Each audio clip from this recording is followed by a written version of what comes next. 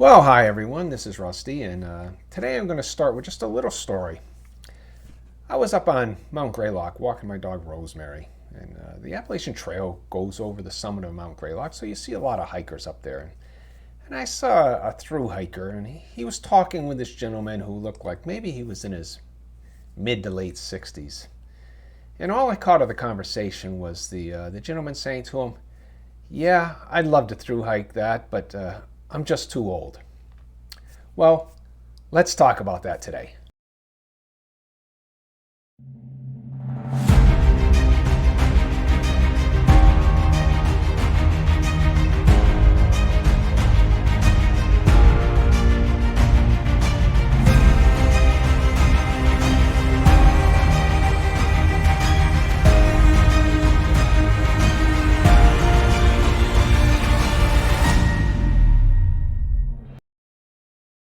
So let's talk about what we mean when we say, "I'm too old."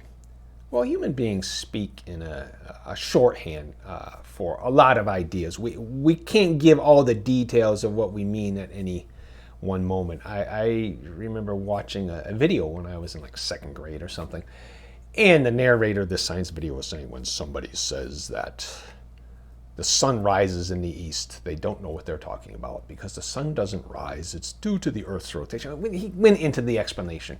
And the fact is, if I'm with somebody in a camp and they say, "Hey, what direction is that mountain from here?" And if I say, "Oh, well, the sun rises in the east and it seems to be over that way, so I guess it's to the east," the person's not going to challenge me and say, "Well, you know the sun doesn't really rise."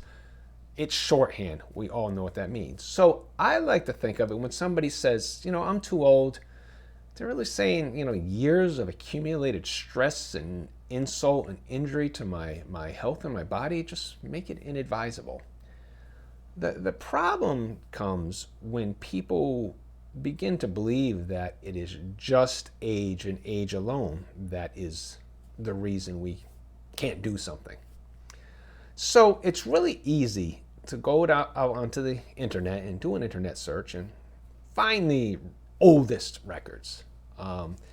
Yuichiro Miro, I'm sorry, I probably butchered his name. He scaled Mount Everest at age 80. Actually, that was the third time he went up Mount Everest. He did in his 70s also.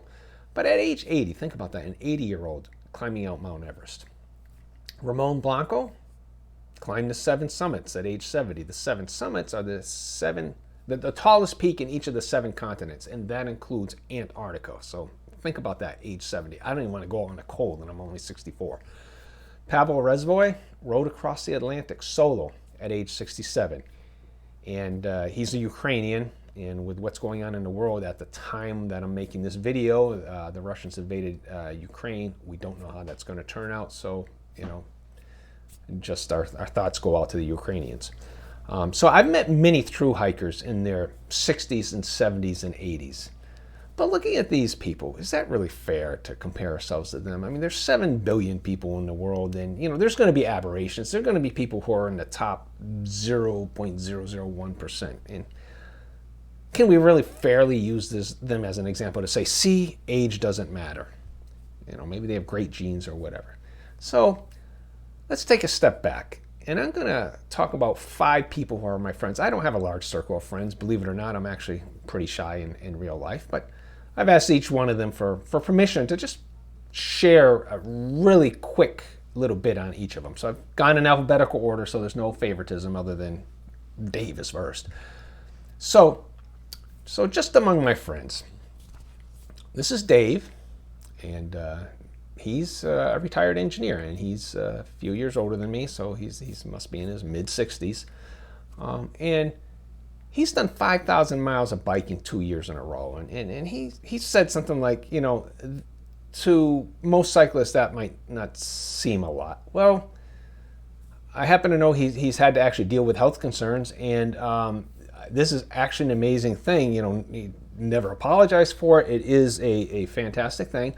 Good example of somebody who is enjoying their retirement and being very active.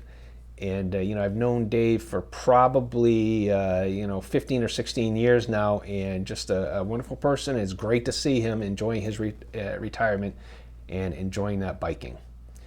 Here's Gene. Gene's a little bit younger. I believe he's probably in his mid-50s. He has run in the Mount Washington road race. I say numerous times. I think it's been at least twice. I'm waiting to get some feedback from him on that. In the Mount Washington road race, they advertise it as, it's only 8 miles. There's only one hill. It's a great road race, and you have to get into a lottery. And I guess the idea is if you lose the lottery, they make you run up the mountain. I don't know. I don't see the appeal. Running up a mountain. I haven't done that in years, but Gene just a good example of he's still working, and he's not letting working as being an excuse not to be healthy and not to be active. Okay, so here, this motley crew is actually the 1974 cross-country team at Technical High School in Springfield, Massachusetts. Amongst this group, there are actually 5 Western Mass champions in track and field. And if you were to look at this was nearly a half a century ago. And if you were to look at this group of guys, I'm the one with the hat. Yeah, I know. It was the school colors on the hat. You can't tell because it's a black and white picture. Which one of these guys do you think is still actively running a half a century after this picture was taken? Well, if you picked the coach, Jim Collins, off to the left there, then you got it right. Here he is in a road race. He's in his mid to late 70s here. In this picture, he's crossing the finish line in a 400 meter in that looks like a minute and 18 seconds. Now, if you're a high school runner or a college runner, you say, well, 78 seconds. Well, that's a 5:12 mile pace for somebody in their 70s. And granted, it's only a quarter mile, but I could not run that fast right now without pulling muscles, without hurting myself. I just couldn't do it. Even though I was a half miler, 50 years ago, 45 years ago, 50 years ago. This is just a fantastic thing. Here he is taking the lead in a race. In the background, you can see people, I don't know, trying to resuscitate somebody who collapsed on the track. I don't know. I hope that whoever it was okay after that, but sometimes you can get exhausted. And here he is with his standing in front of his collection of medals. Yes, we do slow down, and I guess we could account that to aging. We can't obviously like I've never been able to break a 4-minute mile, so I'm certainly not going to be able to do it now. But even though we will slow down with age, that doesn't mean we can't get into the race. So Mario, another biker out on the West Coast, here he is before the start of a ride up to the Hollywood, the famous Hollywood sign up there. And then here he is at the top, and I trust that he took the bike to get up there and didn't drive up and take his picture and say for us, hey, look, I made it. We see his path here through the through whatever mountains. I'm not really that familiar with that area of any area of California for that matter. But and he does a whole lot of biking. I mean, he retired, also a retired engineer, and I just see his Facebook posting. He is constantly on the move. This is somebody who is enjoying retirement and not letting age be an excuse. So here's Mike. Mike and I have been friends for 60 years. His younger brother and I were in kindergarten together, and I met him then, so you can imagine where he is. He's in his mid to late 60s. This was his early 60s, I think. Running up Mount Washington. Apparently, he actually lost the lottery twice. He had to not only run up Mount Washington, but he had to do it in bare feet. So here's a guy in his 60s running up Mount Washington, 8 miles uphill the whole way in bare feet. And then here he is at Mount Katahdin. He actually has beaten me to Mount Katahdin. I actually haven't been up Mount Katahdin yet. These sections of trail I still need to do of the Appalachian Trail are from Monson, Maine to Katahdin in Roanoke South. He has everything from the New Jersey, Pennsylvania border to Mount Katahdin. He's moved out to Colorado, so the Appalachian Trail is a little bit more difficult for him to get to. He does have sleep apnea, so he's not able to stay out overnight on the trail, but that doesn't stop him from being active. I know he's taken bike trips across some fancy bike. I don't know what state it was, Kansas or Nebraska. They all look alike to me because I've never been there.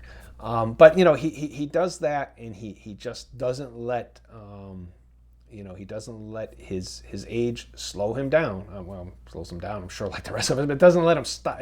He doesn't let his age stop him from getting into the game. So, what is it about age? Well, you don't need to be setting world records. You don't need even be in the 1%. You don't need to win it all. And apologies to people who have had rough lives, who maybe have had accident or just incredible responsibility that they've had to, take care of family members and just haven't been able to take care of the health. They have a genetic predisposition to something.